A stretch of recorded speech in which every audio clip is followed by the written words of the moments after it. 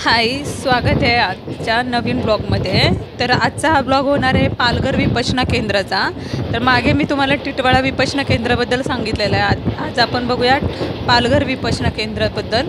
तर पनवेलपासून मी तिकीट काढलेली आहे आणि वसईला मी उतरलेली आहे सकाळीची ट्रेन पकडून. आणि वसईवरून मी विरारला जाऊन, कारण की लिमिटेड ट्रेन असतात ना तिकडे 1 तासानंतर, तर अशा प्रकारे ट्रेन असतात. मग विरारवरून मी डहाणू ट्रेन पकडणार आहे आणि पालघर स्टॉपला उतरणार आहे. आणि पालघर स्टॉपला मी उतरून 20 रुपये पर सीट अय्याली विलेज क्रिकेट ग्राउंडच्या मागे विपश्यना केंद्र आहे.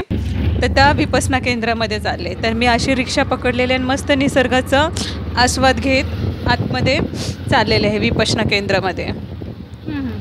माझ्याबरोबर बॅग होती, कारण की मी मोठी बॅग घेतलेली. पावसाळा होता आणि कपडे सुकणार नव्हते एवढं माहीत होतं. आणि आता हे रजिस्ट्रेशन करून घेते मी, की ह्या ठिकाणी रजिस्ट्रेशन केलं जातं की आपला सोबत आणलेला फॉर्म प्लस आधार कार्ड आणि पासपोर्ट साईज फोटोग्राफ इथे, आणि नियम काय आहेत तर ते मी जाणून घेते यांच्याकडून. आणि मग आतमध्ये ते विपश्यना केंद्र कसं आहे, रूमची चावी असं देणार आहेत हातामध्ये. आतमध्ये जाऊन आपण पुढे विपश्यना केंद्र कसं आहे बघूया. बघा किती सुंदर आहे. आणि पलीकडे पुरुषांचं आहे स्ट्रेट गेल्यानंतर, पण आम्हाला तिथे अलाउड नाही आहे. स्त्रियांचं विपश्यनाचं पार्ट मी तुम्हाला सांगते कोणत्या साईडला आहे, की वेगवेगळं असतं स्त्री पुरुषांचं. तर फिमेलचं आपण बघूया. तर रजिस्ट्रेशन आता प्रोसिजर झाल्यावरती त्यांनी नियमावली दिलेली आहे की काय आहे, कारण की आता सेकंड टाईम एवढं डिफिकल्टीज नाही झालेली आहे की कशी प्रकारची नियमावली आहे. तर कॅन्टीनच्या बाजूवरलाच तुम्ही हे करू शकता, रजिस्ट्रेशन करू शकता. आणि मी आता तुम्हाला दाखवते माझा रूम कसा आहे, आतमध्ये विपश्यना सेंटर कसं आहे. तर समोर जे दिसतंय ना ते आमच्या टीचरांचा रूम आहे. तर रो हाऊससारखं दिसते, खूप सुंदरसं आहे, स्मॉल बंगलो.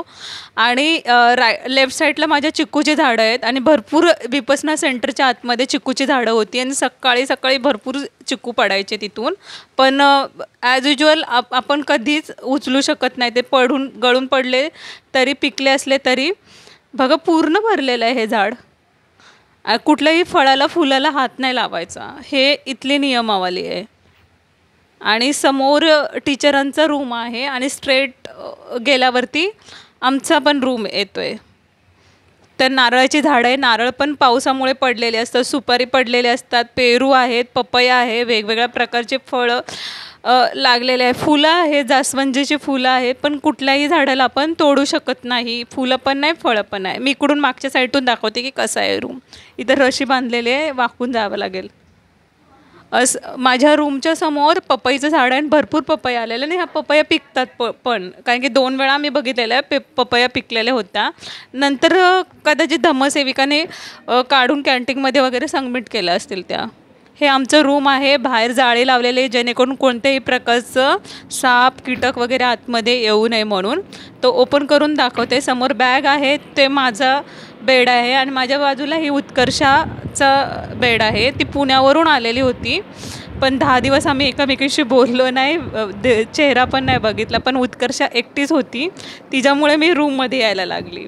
हे बघा वॉशरूम, त्याच्यामध्ये गरम पाणी थंड पाणी दोन्ही आहे. फिनेल दिलेलं आहे, हार्पिक दिलेलं आहे वॉशरूम क्लीन करण्यासाठी. आणि हा साबण बघा, हा उत्कर्षाचा साबण आहे. असं मेल्ट होत जातं साबण.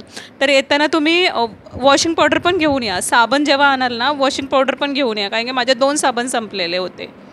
परत तिथे कोणाला हेल्प मागून कोणाला त्रास नाही ना देऊ शकत. कॅन्टीन बघूया. शेवटच्या आदला दिवस आहे आणि संध्याकाळची वेळ. कुरमुरे, सरबत, गोड चहा, पुन्हा बिना साखरेचा चहा, काळा चहा, केळी, हे संध्याकाळचा नाश्ता होता सगळ्यांना 5 वाजता. आणि माझं सेकंड टाईम असल्यामुळे मला फक्त निंबू पाणी. आणि हे दुसऱ्या दिवसाचं मी तुम्हाला दाखवते काय होतं. ज्या दिवशी आम्ही जाणार ना तेव्हा वडा आणि लाल चटणी, हिरवी चटणी आणि पाव. ज्या दिवशी आम्ही जाणार होतो ना तेव्हा, आणि मिरची पण सोबत. आणि जेवण वेगळं होतं. तर आणि खीर पण, चहा. आणि जेवणाचं मी तुम्हाला पाठवेन कधीतरी की कोणतं जेवण होतं शेवटच्या दिवशी. आम्हाला पनीर वगैरे होतं. तर हा आमचा धम्म हॉल आहे. तर टिटवाळ्याचा पण मी तुम्हाला धम्म हॉल दाखवलेला. धम्म हॉलमध्ये हे बघा आसन आहेत प्रत्येकांना बसायला अशा प्रकारचे. आणि मी सगळ्यात पुढे होती.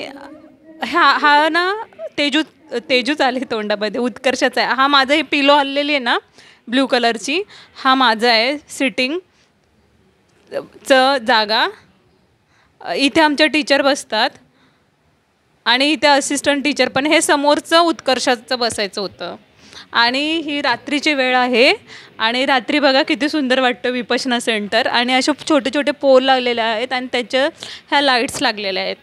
म्हणजे इथे एवढं बॅटरीचा यूज नाही झाला, पण असून द्या तुमच्यासोबत तुम्ही पालघरच्या विपश्यना सेंटरला गेला तर. कारण की एक दिवस काय झालं की सकाळी 4चा अलार्म वाजला आणि 4:30ला धम्मा हॉलमध्ये जायचं होतं, पण अचानक इथली स्ट्रीट लाईट गेली आणि मग जायचं कसं एकदमच काळोख. तर थँक गॉड बॅटरी बरोबर होती, त्याच्यामुळे मी त्या उजेडामुळे धम्मा हॉलमध्ये येऊ शकली.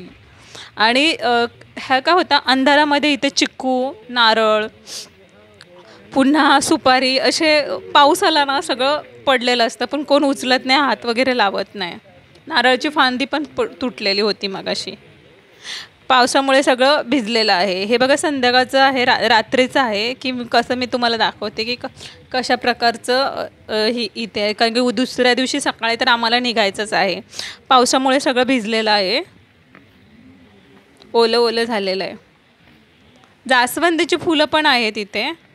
ह्या लाईट्समुळे ना भरपूर तुम्हाला हेल्प होते कुठे पण, म्हणजे चालण्यासाठी तुम्हाला दिसतं की कसं. आणि हा लेफ्ट साईडला तर एकदम अंधार होता, तर त्याच्या अंधारामुळे ना रात्री तिथून धम्मा हॉल ते रूममध्ये यायला ना खूप भीती वाटते. पण उत्कर्ष माझ्यासोबत असल्यामुळे मला एवढी भीती नव्हती वाटत. फक्त मी त्याच्याशी बोलायची नाही. हे विपश्यना माझं चांगलं गेलं थोड्या प्रमाणात. का तर माझ्याबरोबर रूममेट होती. जेव्हा मी एकटी होती ना तर अंधारात मला खूप वेगवेगळ्या प्रकारचे विचार यायचे की कसं, म्हणजे भूताचेच विचार यायचे. पण ती होती, बोलत नव्हतो आम्ही एकमेकांशी, इशारे पण नव्हतं करत.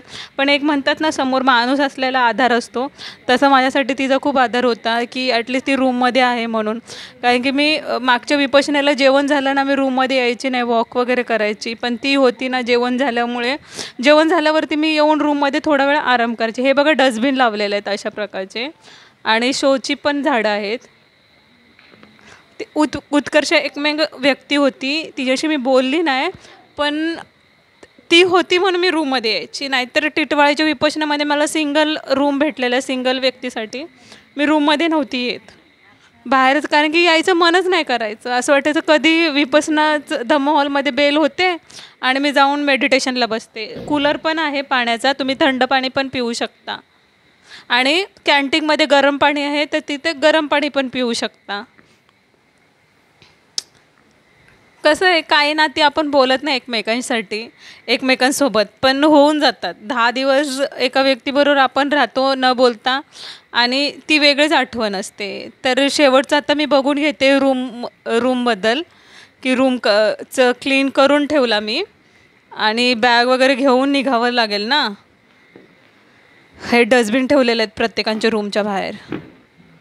पक्ष्यांचे वेगळ्याच प्रकारचे आवाज येतात, खूप कलकलाट आहे.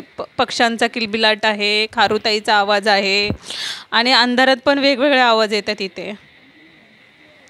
हे समोर पपईचं झाड, रात्रीचा पण एक पक्षींचा वेगळाच आवाज यायचा. व्ह्यू खूप सुंदरच आहे इथे.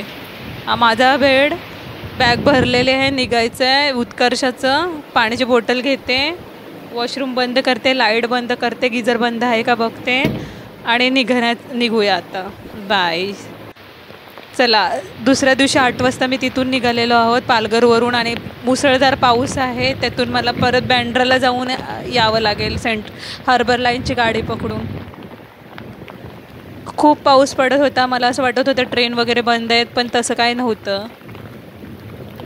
अशा प्रकारचं हे विपश्यना सेंटर आहे. आणि खूप ह्याच्या आठवणी पण खूप वेगळ्या प्रकारच्या आहेत. सगळ्यांना धन्यवाद.